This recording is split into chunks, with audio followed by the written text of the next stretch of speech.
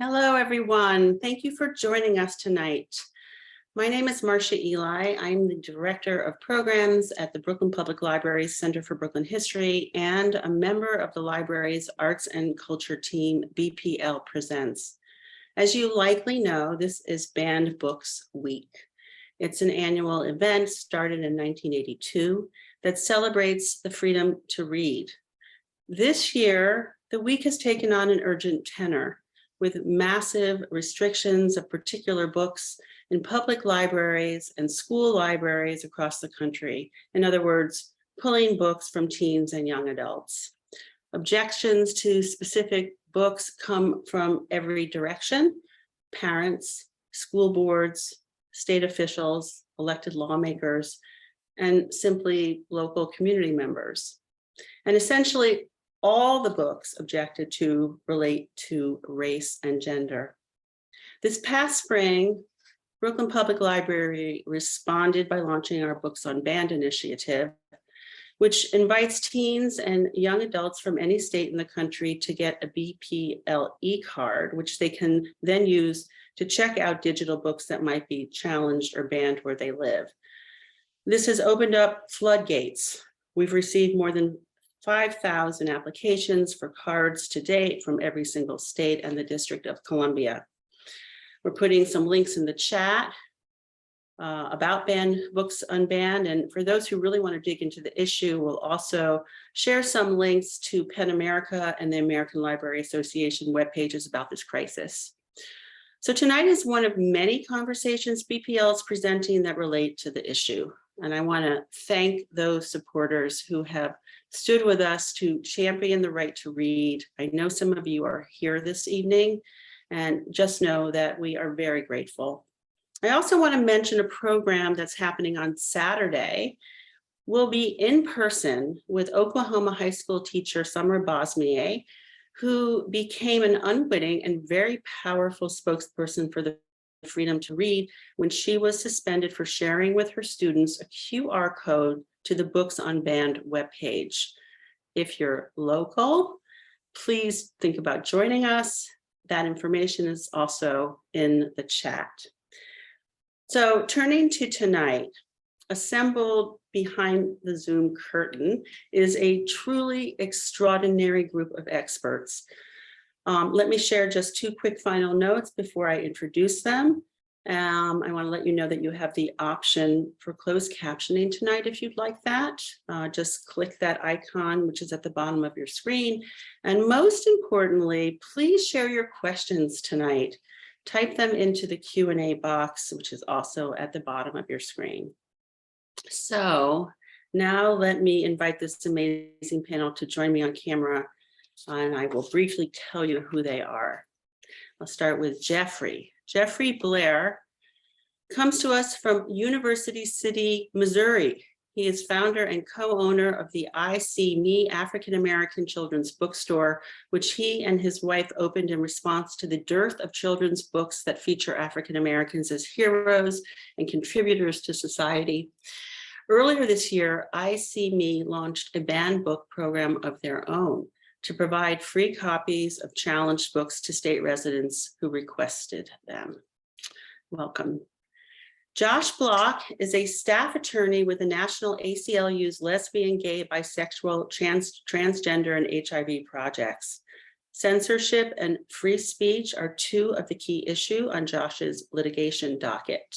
He is also lead counsel in the first federal court of appeals decision recognizing that Title IX protects the rights of transgender students to use restrooms consistent with their gender identity. Melissa Jacobs is the director of library services for the New York City Department of Education and New York City school library system.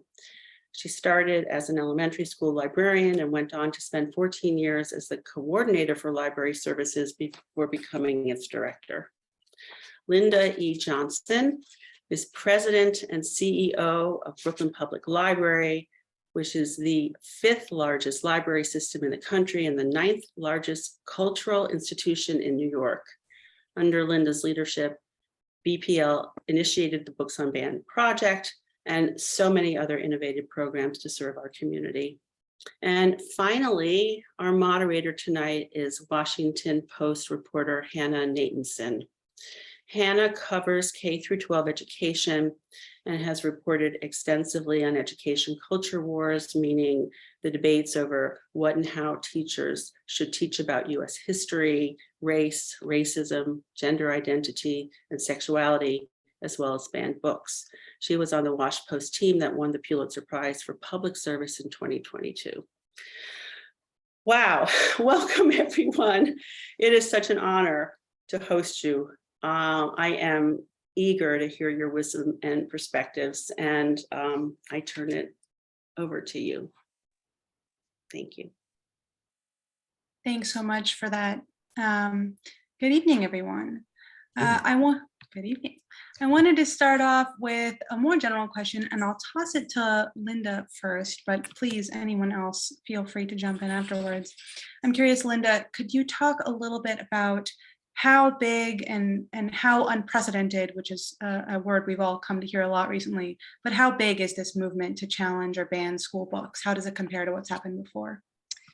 Thanks, Hannah. So it's bigger than any recorded effort in the last 20 some years, which is when banned book challenges began to be something that we were counting. Kind of horrifying to think that we are needing to count them at all. But it's happening in parts of the country where there's legislation that is actually banning material from being used in the classrooms and in public libraries.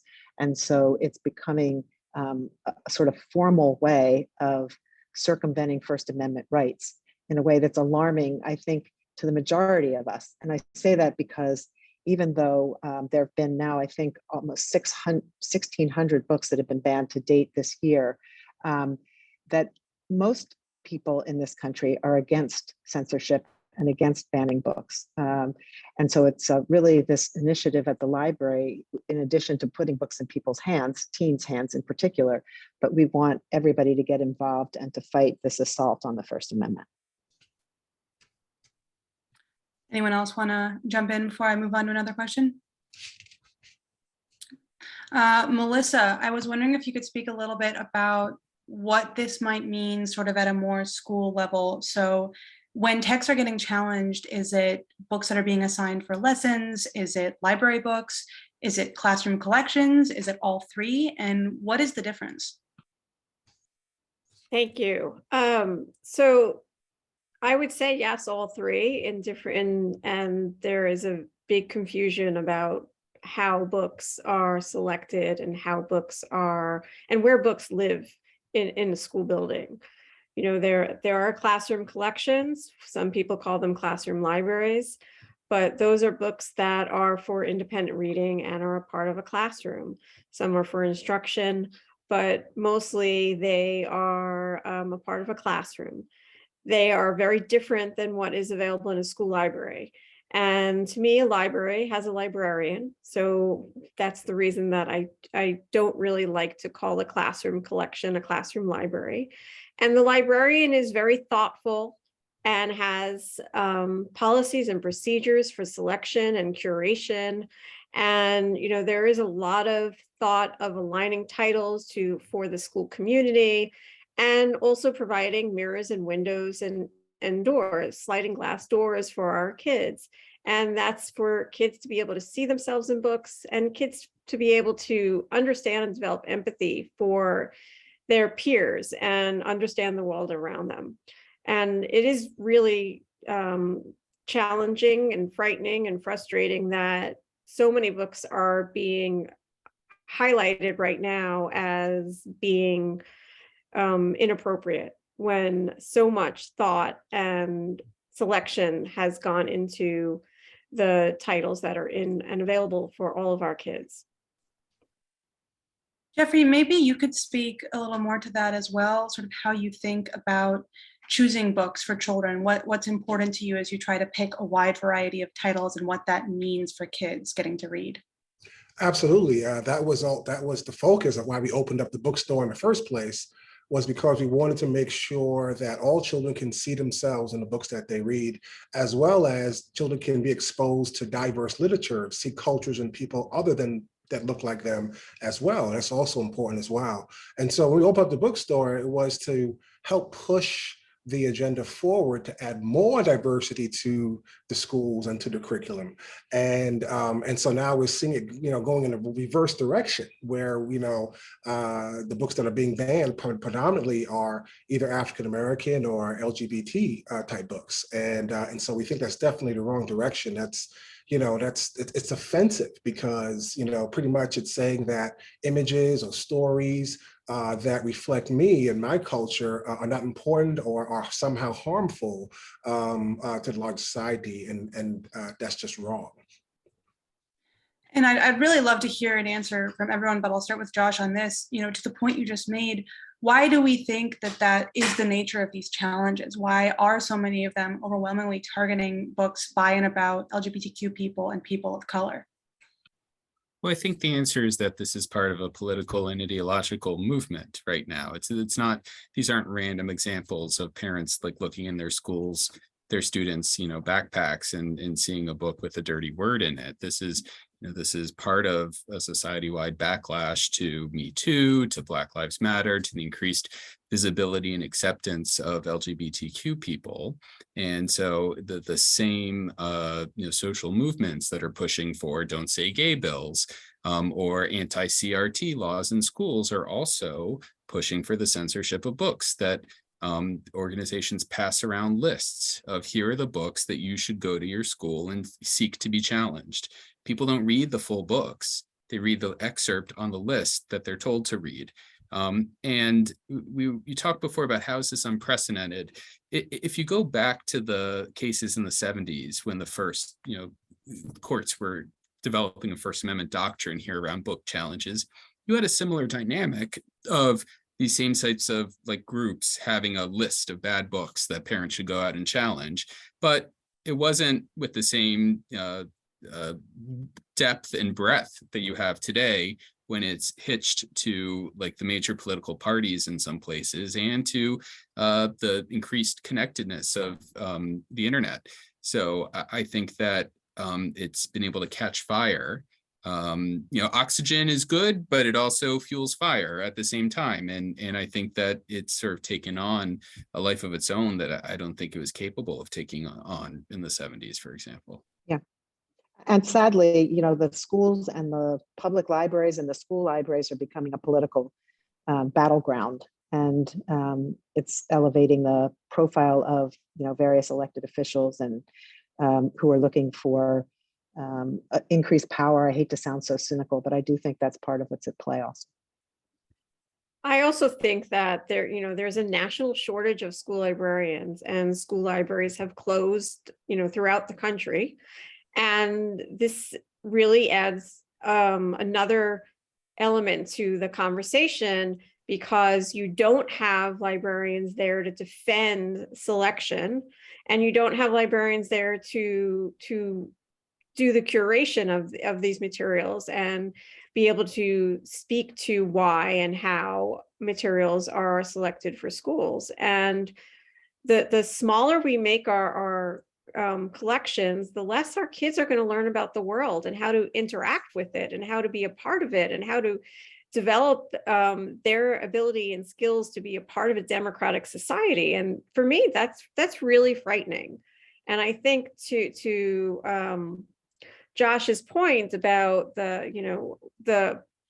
we live in a society that we're so inundated with images and snapshots and Twitter and tweets and Facebook and Instagram, that people don't dive in deeper to the text and really understand the reliability of the source and who's pushing this propaganda, this agenda, and that there is an agenda behind it.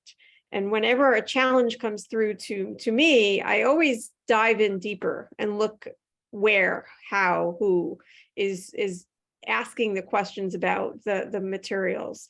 I don't mind if a book is challenged necessarily, but I do mind when there is an agenda behind it. And we can't have and come to the table for an honest discussion of what that text is about and why it's important for our kids to understand and develop empathy through books. Absolutely. I think, if I could chime in, I think, a lot of this is just a pretext to racism and phobia, right? And individuals want to prescribe a particular narrative about America, about how America is formed, and about who is an American, about what is good and what is bad concerning those things. And so this is all just a pretext for all of that.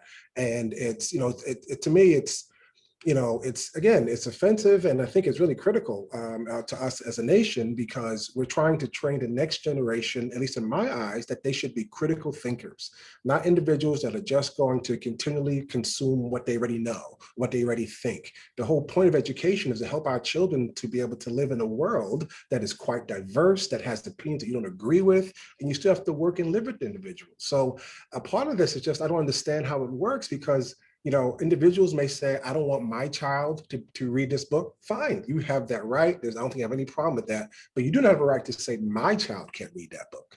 And no child can read that book, right? No one is saying that any of these books that someone is being forced to read them. We're saying making them available so that people can read them.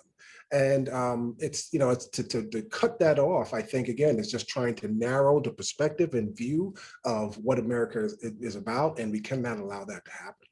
Yeah, I can't agree more strongly with Jeffrey. Public libraries are the modern day town squares where people are supposed to come together and debate the issues of the day, the dilemmas that people are trying to work through. And if you start to, take books off the shelves that deal with these issues, you're creating a narrow society, one reader at a time, and it's devastating. Josh, I'm actually hoping that you could speak a little bit to the legal landscape here. So one of the questions I most often get when I talk to students in school districts where books have been pulled from the shelves is, how can they do this? Why is this legal? Could you talk a bit about what are the rights of students to read in schools versus classrooms versus libraries?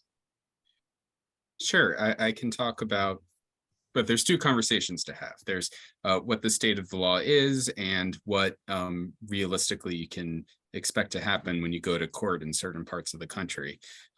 So, the state of the law is actually, even in its heyday, not as good as it should be. Basically, courts defer very heavily to schools' decisions about what's going to be in the classroom itself. And unfortunately, that also means they defer a great deal to legislatures, mandates about what can be taught in a classroom. But there's special protections in libraries, in classroom libraries and in public libraries. And because it's supposed to be a marketplace of ideas. It's not supposed to be a place where you're sort of taught a lesson. It's supposed to be a place where you search for the truth or any idea.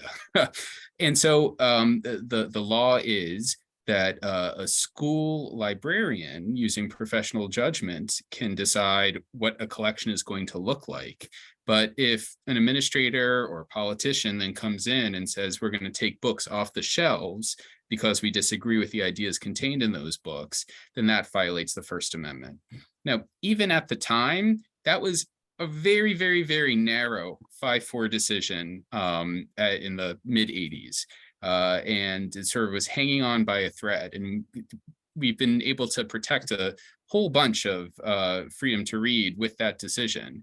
And, most of the challenged books for, a lot of the 20 years were In Tango Makes Three, stories about gay penguins, or Heather Has Two Mommies, or Harry Potter taken off the shelves because it talked about witchcraft. But right now, we don't have a court that would have decided that case the same way had it come up. And we don't have a court that is particularly interested in sticking to its precedents, as we all know, from what happened with the right to an abortion just a few months ago.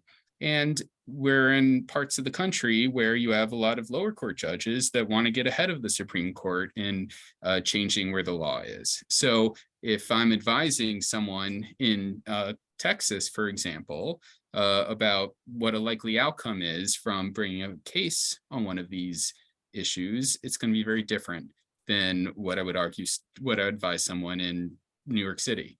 And unfortunately, the kid in Texas right now is much more in need of court intervention than the kid in New York City is. So I think that, the past couple years, I think is a lesson on how, like, the courts on their own aren't going to be protecting our rights, and that we need a culture of people working together to protect their own rights and to protect the rights of others. And I was really thrilled to read about just earlier today these kids at a school in Texas where they started their own banned books club by basically taking the reading list based on the books that were taken off the shelves in their district. And I think that's where change is going to happen, at least for the next few years, unfortunately. So one quick follow-up question there. Are you aware of any case that could be pretty seminal on this issue that is likely to come before the Supreme Court anytime soon? I don't think anyone interested in making a seminal case on this issue wants to have one that's going to be likely to come to the Supreme Court anytime soon. One case that we were involved in that I think would be an exception for that is a politician in Virginia Beach, tried to initiate basically a prosecution under an obscenity statute for 2 books, which would have barred distribution, not just in like a library, which is bad enough, but made it illegal to sell or provide a copy to the book to anyone in the state. And that the judge hearing that struck down the statute as unconstitutional. I mean, so at least even that was beyond the pale. But I think something short of that, I don't think anyone who cares about the First Amendment in this context wants to be in front of the Supreme Court right now. Melissa, I was wondering, since you touched on this earlier, could you speak a little more, and then if anyone else wants to chime in too, they can, but could you speak a little more about how these books do get chosen, whether by teachers or by librarians? What kind of vetting do books go through, or what kind of qualifications do librarians have to have? Sure. So, I mean, in New York State, our school librarians are required to have an MLS, a master's in library science, a master's in library and information studies. It's fairly equivalent across the board as far as certification requirements are in other districts, but there are some differences. As a school librarian, we generally have a collection development policy.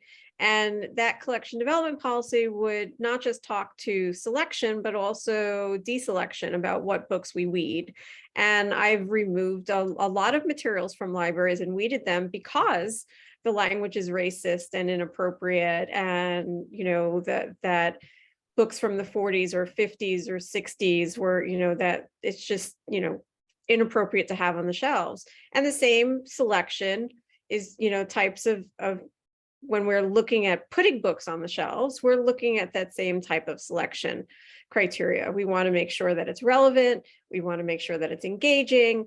We want to also have professional reviews behind it. And the professional reviews are really important, and understanding a variety of reviews and sources. So we have professional sources, Kirkus, School Library Journal, Book List, Publishers Weekly. There's a handful of different sources that vet materials, and librarians from the public realm or from school librarians or other types of educators are reading materials and creating a book review that is as trying to be as unbiased about that title as possible. And so as a librarian, we're reading those reviews, we're reading the book itself, we're understanding our community that we are serving. So a school library in New York would be very different than a school library in another part of the country. And you have to understand the patrons, you have to understand who your students are, but you also want to understand how to build empathy. And I want to, I keep coming back to the windows and mirrors and sliding glass doors, because I want my kids not just to read about, other kids that look like them. I want them to read about other kids that don't look like them. And I want them to understand both sides of an argument. They need to understand opposing viewpoints. So when I'm building a collection, I am including materials on both sides. I am including all religions, not one religion. I'm including all points of view, not one point of view. And that's really important to understand that all of this different content needs to be included in our collections, and that it's not just a bunch of books on a shelf, that a school library and a public library, they're living, breathing entities, and they are programs, and there are professionals that are part of driving that program, selecting and curating those materials. And it's not just someone looking at a catalog and circling a picture. And I believe that one of the questions someone posed was, are people just judging a book by its cover? Yeah, they are, because those are the pictures that are being circulated, or they find a picture in a graphic novel and they say that this is inappropriate, but they're taking it out of context. And that's really challenging and difficult to understand, that those books have to be read as a whole. And you can't just take a snippet and say that it's inappropriate. To that point, and I think I'm interested in hearing both from Jeffrey and Linda on this. When I'm talking or reporting on book challenges, right? I'm talking to parents who have issued these challenges. It's usually parents. Two of the biggest complaints I get is that the books are really sexually explicit. Why do my kids need to read these sex scenes? Or I get, why do they have to read about difficult topics? And I think most often it's Toni Morrison's The Bluest Eye, scenes of rape that get brought up. So I'm curious from both of you, is there, what do you see as the value possibly of a student encountering a difficult topic or even a sexually explicit topic in a book? I think so. Yeah, that book was banned in one of the school districts here in Missouri. And that sort of got us down this path of partnering with a nonprofit that wanted to provide these books to individuals who would want them, despite the ban that happened at school. It was in-purpose educational services. And so we got overwhelming response from that. And it continues on as a great program. And so, sometimes we would get some of that very same question about that. It's like, oh, is that too much for my child to handle?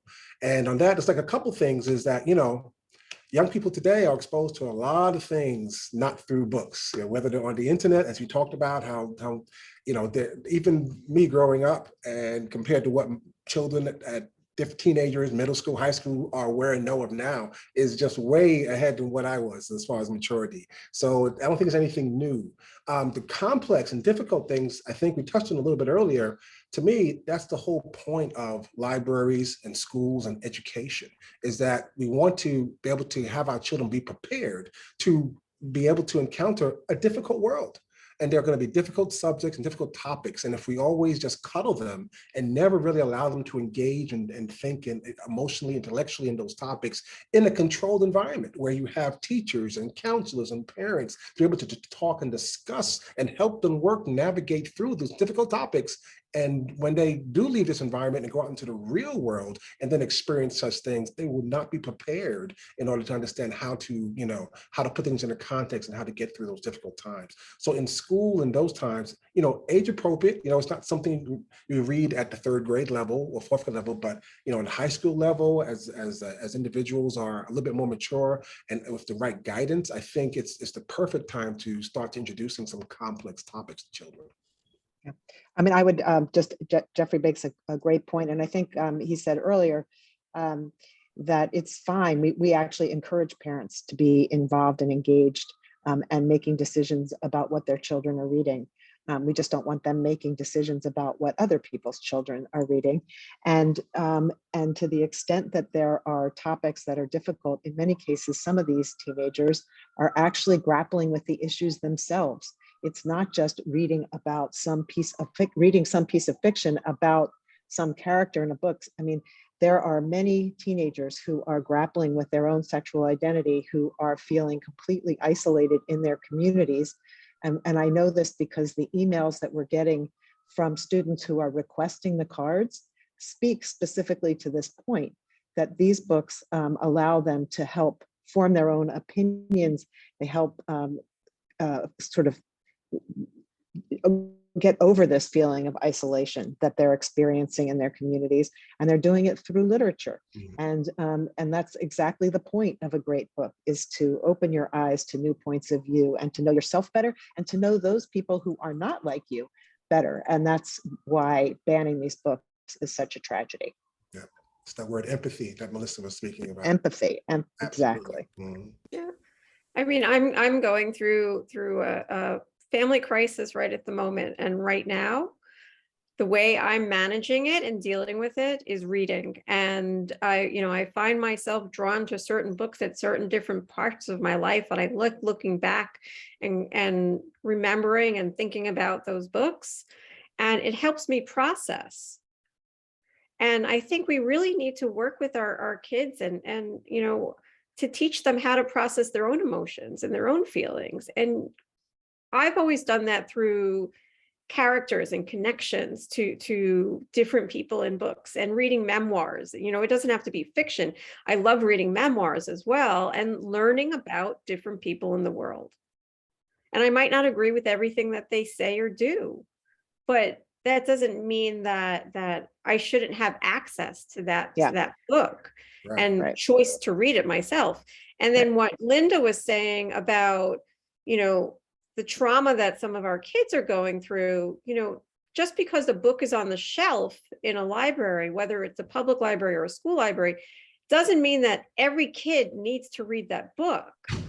You're building a collection and you're selecting materials to have other aspects of, the world and life available to them. So if a family is going through divorce, having materials that have kids that have experienced that available to them. If there is an addiction in a family, if there is some trauma in a family, being able to recommend titles and to be able to take that book off a shelf and say, I think that this will really help. It's better than any medication that you could possibly take. It's a prescription. It's a gift. Yes, exactly. It's a gift. And we need to really be inclusive and have our collections be inclusive of all of those things and help our kids resolve and feel and experience in appropriate ways. Yeah, I think what we say at the library is we will defend books we agree with the same fervor that we defend books that we don't agree with. And we have librarians who are experts. They have, as Melissa said, master's degrees in library science. They're listening to the community. They're reading books. They are very thoughtful about what we are acquiring for our patrons. And they are the ones with parental guidance as well, who should be deciding what our teens are reading, not elected officials or school administrators, or people who are not such experts on these things. And I would say also here in Missouri, we partner a lot with librarians, school librarians, public librarians, in order to help with that as well. Sometimes there are like particular topics that they would want help with to understand. Oh, do you have any topics that have, I don't know, any type of maybe diversity in parentage or something like that? And we would assist them with that. So I think that's also a good partnership as well that works out a lot, independent bookstores and librarians as well, to make sure that they have a good selection that's relevant to the community that they're serving.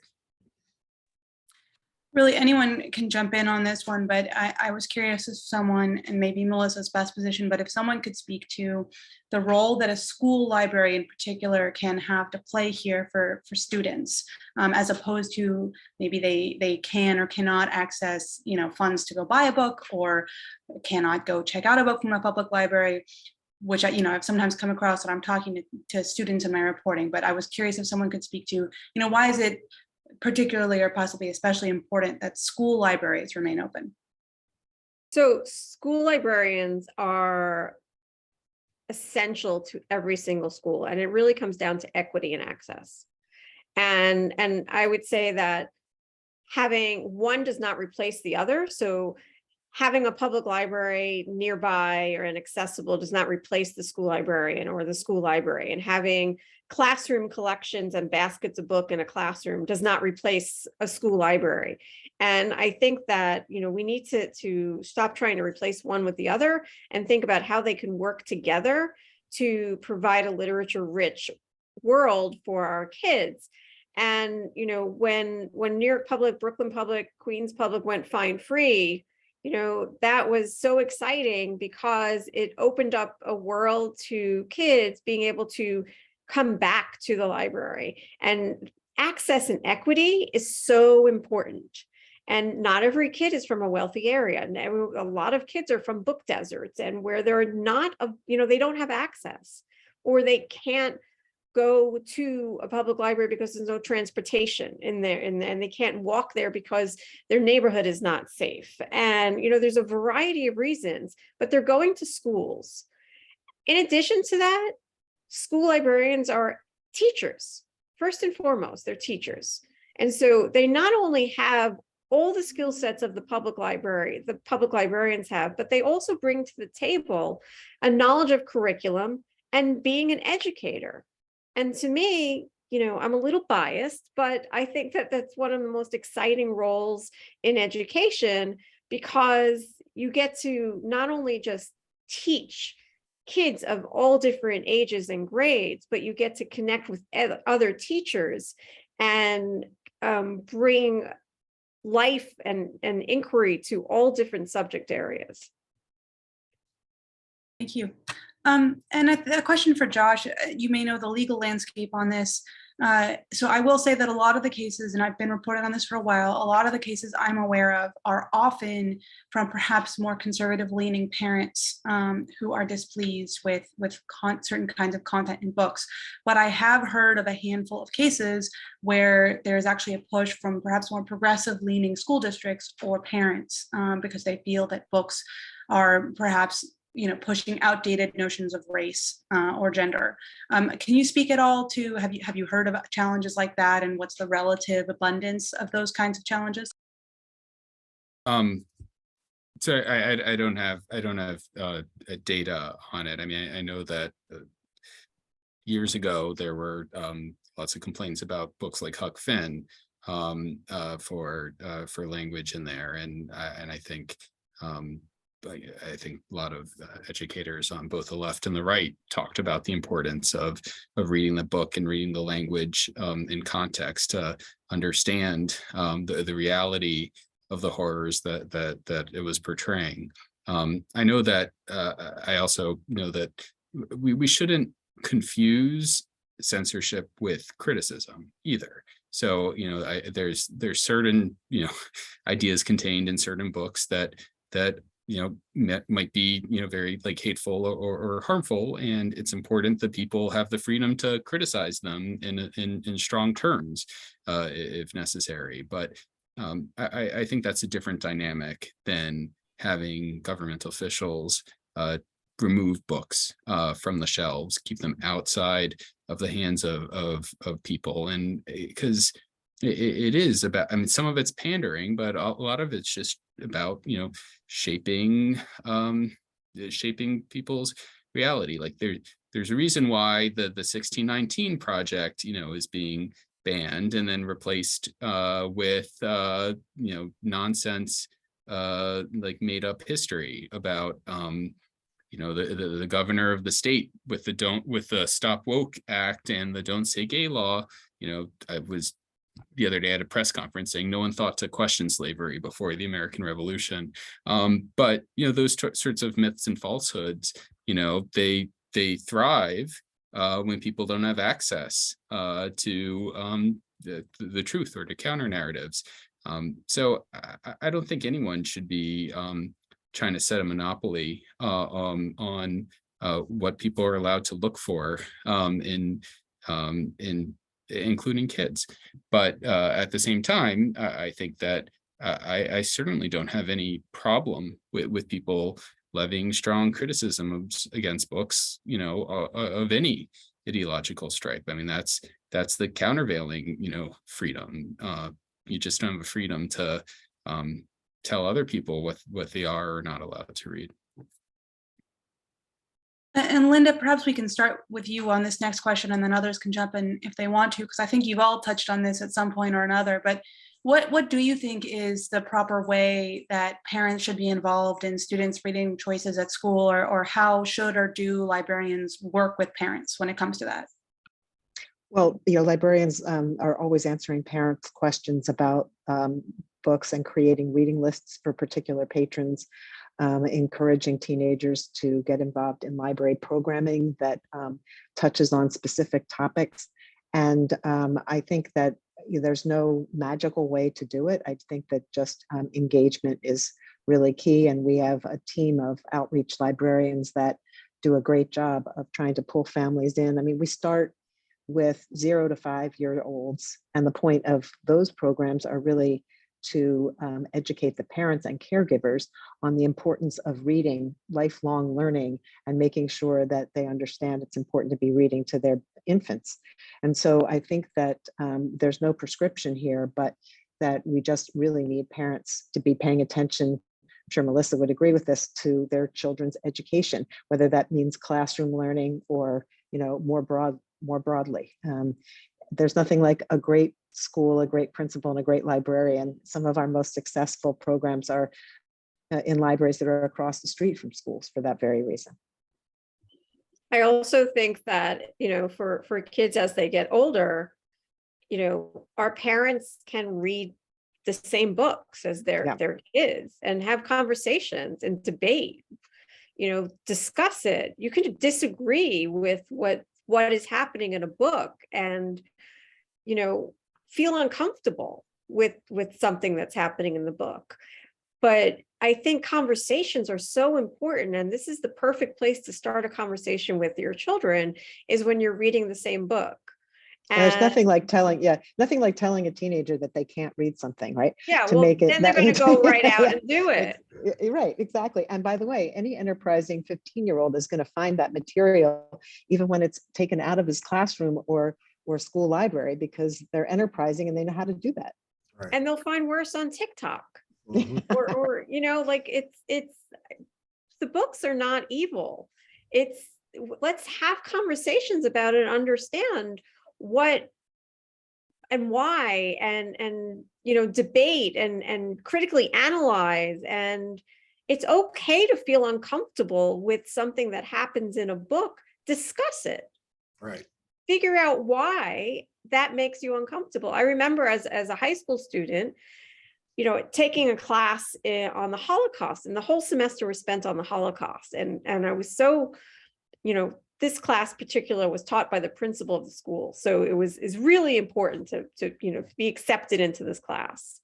I felt uncomfortable, really uncomfortable, because it was such a deep, dark subject. But I remembered that, and the lessons that I learning about that topic, that stayed with me today. And I think, as a student, I took something away from it, and I go back as an adult and read some of the material that we read then. I look at it in a different perspective now. And it made me a better student, and made me a better educator. And I hope it made me a better parent also, so that I could help my own kids develop empathy and understand, some bad stuff happens in the world, and we have to teach our kids, right from wrong, and how to respect others, and how to, I keep coming back to empathy and understanding and developing that from reading. Yeah, I think, and this is anecdotal, I don't have data on this, but a lot of times, some of the more difficult topics that parents and teens have challenges about, a book can actually be the thing that, or the catalyst for that conversation, especially if it's something that the teen is experiencing. Yeah, we here at the store, we always encourage the children, parents, to be advocates for their children. And to do that, you have to be involved. And so, yeah, we definitely want parent involvement in what's being taught in the school. As an African-American raising our children, I went to predominantly white schools, And many times the curriculum and the things that are being said wasn't quite accurate, especially when it came to the perspective of African Americans, as far as our contributions and things like that to this country.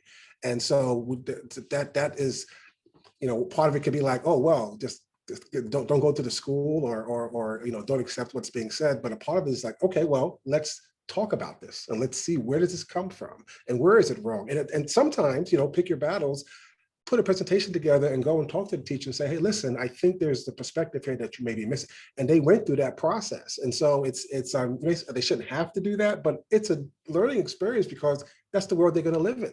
The idea of being able to critically think, be able to receive information and agree with and say, well, what do I do with it now? Do I fight back? Do I ignore it? Do I turn away? Or do I find a way to maybe educate the person that doesn't have all the information?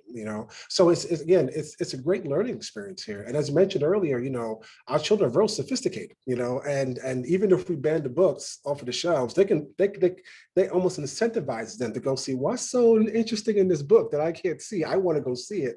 But now they're going to see it and look at it and not have the overarching structure to be able to discuss it or to be able to process it, right? It's just going to be now just raw data that may not be able to be processed, in a way that's going to be helpful for the individual. You know what I mean? It's going to be in isolation, as opposed to having it in an opportunity where a parent or a counselor or a teacher or librarian can help them navigate through some of those complex ideas or feelings. So I think that, again, the idea of raising our children to be critical thinkers, to not run away from adversity or some challenges, but also to be able to kind of, well, how do you face that and how do you handle that and how do you overcome that? I think that's a process of education. If you don't have that experience, then I'm not sure if you're really being educated, right? I mean, that's a part of the experience, is going through working through difficult challenges. And, I just want to add, so I'm a parent, a lot of people on this panel are parents, a lot of people in the audience are parents, but especially when we're talking about, older children in their teens, parents don't own their children, and children have their own independent constitutional rights and independent from what parents might want. Teenagers have their own First Amendment rights to speak. They have their own First Amendment rights to read, and just part of that freedom is they may well want to read things that parents disagree with, or the parents don't want them to read, but they're their own people, and if they're not, if not immediately, they very soon will be completely independent from their parents. Right. And it's as much as we love our kids, as much as I'd be disappointed if my children became Ayn Rand devotees, that doesn't mean that I have the right to try to stop them from accessing those books and those ideas when they're at an appropriate age. And so I think that's just a critical element here. It's very different when we're talking about younger children, but it's not all about the parents and the parents' rights at a certain point. I would say the one way to get my kids to read is to tell them not to. Exactly. Well, I see great questions from our panelists. So I think I have one more question of my own, and I really would love to hear from everyone on this one before I'll start jumping to maybe not from our panelists. Sorry, great questions in the Q&A. So before I jump to those, I have one more. What do you all think will be the effect for this youngest generation in America currently going through the schools if this wave of book challenges and bans keeps going the way it is? I just wrote earlier this week about 2 reports from the American Library Association and PEN America that show that the historic book banning levels of last year are already on track to be exceeded this year. What do we think will be the effect on kids? I would hope that they would become more involved and read more and question why people are having issues with books on the shelves, and become civically involved and social and actively involved in that, and particularly high school students and middle school students, hopefully turn the narrative that it is a experience that teaches them that they have rights, as Josh said, and that they have the ability to push back on this as well, and that they should be and grow to be actively engaged in society. 100%. You know, here in Missouri, the school district had, again, banned blue eyes. And so a couple students are actually suing the school district. And after that lawsuit went in, the next day, the school board reversed their decision and then put back in blue eyes on the shelf. So I think understanding that the young people, as Josh was saying, have agency, but freedom is not free, and you have to guard it and fight for it. So I think it's a great lesson for the children, and I think for us to try to encourage them, to let them know if this is important to you, you have to be involved. You can't be on the sidelines, because you literally can have your rights taken away from you if you're not diligent. Yeah, that's a great story. At the library, not only are we putting books in the hands of children or teens who don't have them, but we're strongly encouraging them to get connected to our intellectual teen council, Freedom Council, and the teenagers in Brooklyn are connecting with the teens who are requesting the cards, and together they're building book lists and learning about advocacy and learning about the importance of picking up this mantle and making sure that they are fighting for their own rights, First Amendment rights. And so in some ways, it's a very positive thing for the teenagers in Brooklyn too, not only for the teenagers across the country. And maybe it's somewhat naive, but I have great faith in our fellow country people, and hope that this is a call to action, that really the majority get their voice back. Fantastic. Okay. I think I will jump to questions from the Q&A. So one of the first ones is, has this issue, presumably of book banning and challenges, reached college libraries and books assigned by professors?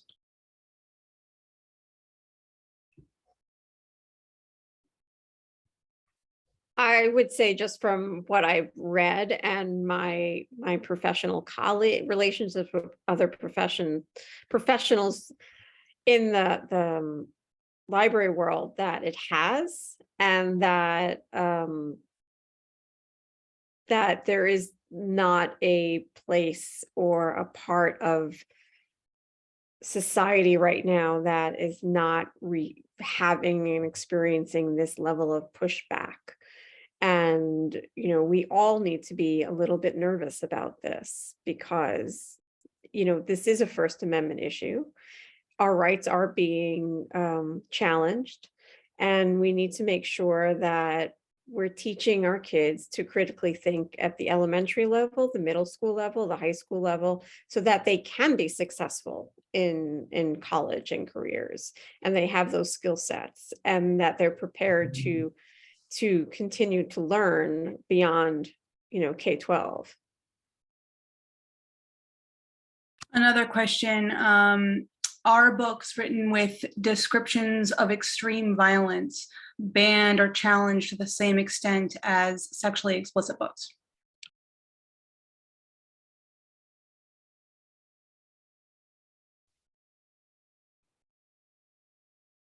I think that if the book is about a viewpoint or about a community that is in the crosshairs, they will point to violence in the book. They'll point to sexual language in the book.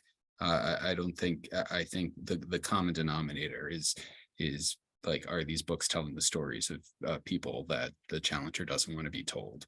And the specific things they point to in their book are just support for the ultimate result that they want. You can find in many books. I mean, this is always said, like the Bible, incredibly sexual, incredibly violent. Shakespeare. If there's no, it's not like there's some uniformly applied standard for either of those things. I also don't think that an author is going to sit down and just say, okay, I'm going to put every sex scene, every violent scene in this book, and I can't wait for it to be banned. That I don't necessarily believe that's how authors sit down to write. and that their intent is for their book to be banned. You know, they're writing to tell a story. They're writing to tell their own experience in a memoir. They're writing to tell a narrative. And I think that you can't take these scenes or these experiences that are in individual books out of context. Right. That they typically serve a purpose to be there and are part of someone's own story. And who am I to take someone's story away from them? I'll just say anecdotally in my own reporting, I haven't come across really a single example that I can remember of a book that was challenged only for some kind of violent scene. I have watched probably hundreds of school board meetings at this point where parents are standing up to read passages from books that they find concerning. It's almost always some kind of sex scene. And I will, just because I happen to have these numbers on hand because I wrote this story this week, I'll say that the Penn report that came out this week tracking the substance of book challenges or bannings found that 41% of targeted titles included LGBTQ themes or main characters, 40% had protagonists or strong secondary characters of color, 22% featured sexual content, and 21% involved discussions of race or racism. Now, I'm not at Penn myself, but their report didn't even mention that as a category. I'll just note that. I'll move on to another question. This person submitted in the chat. It's very clear that the folks attempting to ban books are doing so to push an agenda. How do you respond to the folks who argue that the individuals who are building the library collections are pushing their own agenda? I think this gets back to the point that I made earlier, which is that, we are buying books for the communities that we serve, and the library in Brooklyn doesn't necessarily look like the library, in Missouri, but we try hard to present all points of view, and so we are in fact defending books that might disagree with our agenda, if we have an agenda, but we're trying to be agenda free, right? We are promoting books that we agree with as well as books that we do not necessarily agree. I agree completely. You want to be able to include materials from both sides and teach kids opposing viewpoints and understand those opposing viewpoints and be able to ask questions and be able to then find the answers to those questions and have materials that support each viewpoint and understand you might not agree with it. And we're all charged with serving our communities, and communities are not necessarily, homogeneous. There's a need to present material for everybody who lives in Brooklyn, and that is a wide diversity of opinion and viewpoint. So sort of related to that, someone else asked that they had read that Anne Frank's diary was banned in some areas and is wondering if anyone can explain why. There's some other books about historical events, and the Holocaust in particular. The graphic novel Mouse has also been challenged, and I think it's just it's along the racial lines, but it's from people who are trying to present a history that doesn't include the Holocaust. I think there's also just some objections to the viewpoint of a adolescent girl. And I mean Judy Blume books being banned and the issues that boys and girls go through around that time of their lives. I think those she was a full three-dimensional person, and so I think there's the parts of that people object to. I just, in terms of building an agenda, I mean, I do want to say that I don't think that people, the existence of people isn't a viewpoint. Like the existence of gay people or trans people, that's not a viewpoint. Like those people exist. They're in the libraries. They're in neighborhoods. They're there. And so it's not like you can say, I'm gonna, just. It's not teaching one side of the issue to have the voices and those stories of people in the library collection, just like it's not one particular side of the issue to say like our library section has to include people who aren't white, or not just all men. And I do think that as these banning movements get connected with particular like culture wars or identities, that there's a very uncomfortable overlap between like the banning of books and trying to erase books, and also trying to erase people. And so I don't think you can be viewpoint neutral on the fact that, there are married gay people in the world, or that there are trans kids like in the world. Like that's just what the world is right now. And people have different opinions about it, but you can't just take all the books concerning them off the shelves. Yep, that goes back to windows and mirrors, right? I mean, it's just reflecting the community that's there.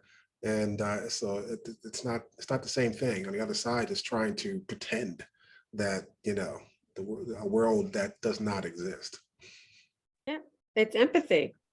It's developing empathy. And I don't want to live in a world where everyone looks like me. Short people from Brooklyn. I want to live in a world where there are other people. Right. I want to, it makes our life interesting to Absolutely. be able to talk to people and of all different races, colors, values. And that's why I loved growing up in New York, because I grew up in such a diverse place, and I learned to respect so many different cultures. And that's why I love libraries, because a library represents all of that. Mm-hmm. And gets to teach the next generation. And I was going to say, it's whether you want or don't want, the truth of the matter is you don't live in a world where everybody looks like you, right? That's the reality, right? So to think any other way is like, well, it's not going to go in that direction. It's continually going to be more and more and more diverse, is the reality of the world that we live in. I think the question I'll end on from another submitter is, what can we do as private citizens to fight back? Yeah, I would say get involved, and depending on where you are in your life, it may mean getting active in your school, getting active in your communities on a local level with your elected officials, encouraging your elected officials to be more vigilant on this topic. Getting other organizations beside the library. There are other civic institutions that should also be in on this fight. We're trying to encourage libraries around the country to do something also. It doesn't need to replicate what Brooklyn Public Library is doing, but do your part and make sure that teens that need these material and who are asking for them, they had to take a proactive step, to get these digital cards. Let's make sure that those teens and all readers have access to the material that they want. But I guess the bottom line is get involved. Make sure your kids have school libraries that have strong school librarians in them. A basket is not a library. Yep, definitely get involved. And if you're so inclined, donate to the Banned Book Project, ICME, and the In-Purpose Education Service in Missouri, so where you can provide those banned books to young people who request them. Woo, Jeffrey, that's good. I should have been waving the flag for Brooklyn Public Library. We're doing all of this. I do want to say that the library's program, Books Unbanned, is all being funded with private money, because we are providing services to people outside of New York City, and we're not doing it with city money. So yes, funding the effort is really important. I would just add the importance of positive feedback to show your appreciation to, whether it's librarians or elected officials that are doing the right thing. It's the loudest voices get the most attention, and it's completely lopsided. And yep. I do think a positive story about what this book meant for your niece or your nephew or yourself, and how life-changing it was. I think that people in power sort of take that with them, and it sort of can give them the courage and the spine to stand up when they need to stand up. So don't sort of inadvertently silence yourself because everything seems to be going okay. And I would also say, don't assume it's not happening in your community just because you live in a diverse community and you think that you are, talking to like-minded people. We all kind of do, as diverse as our communities might be, we're all in somewhat of an echo chamber. And there are people that are sitting next to you on the subway or riding the bus with you, walking down the street, who do not see the world the way all of us do. And so it's important, even if you're in New York City or, LA or San Francisco or some sort of typically progressively oriented community or set of communities, there is work to be done everywhere. Also, I can't help myself because I am a journalist. If a bunch of books from your community get carted off in the dead of night, feel free to email me. My email is public information. I will continue to cover this issue. So I'm right here. And with that, Marcia, I think I can hand it back to you. Thank you everyone so much for your wonderful insight. Thank you. And I want to thank you, Hannah, for your amazing moderation. I mean, this has been an incredibly thoughtful, deep, reflective conversation. I think everybody got a whole lot from it, and we're left with a lot of things to consider. So thank you all for spending your time, for having this engagement with us. And I want to remind everybody that this conversation has been recorded and it will be posted on the Center for Brooklyn History, the BPL's YouTube channel. And I hope you'll explore the other programs that we have coming up at BPL Presents and Center for Brooklyn History. There's lots of good stuff. So on that note, another final thank you to everybody and to all of you in the audience. Have a great night. Thanks, Hannah. That was terrific. Thank you all. Thank you. Absolutely. Take care. Thank you.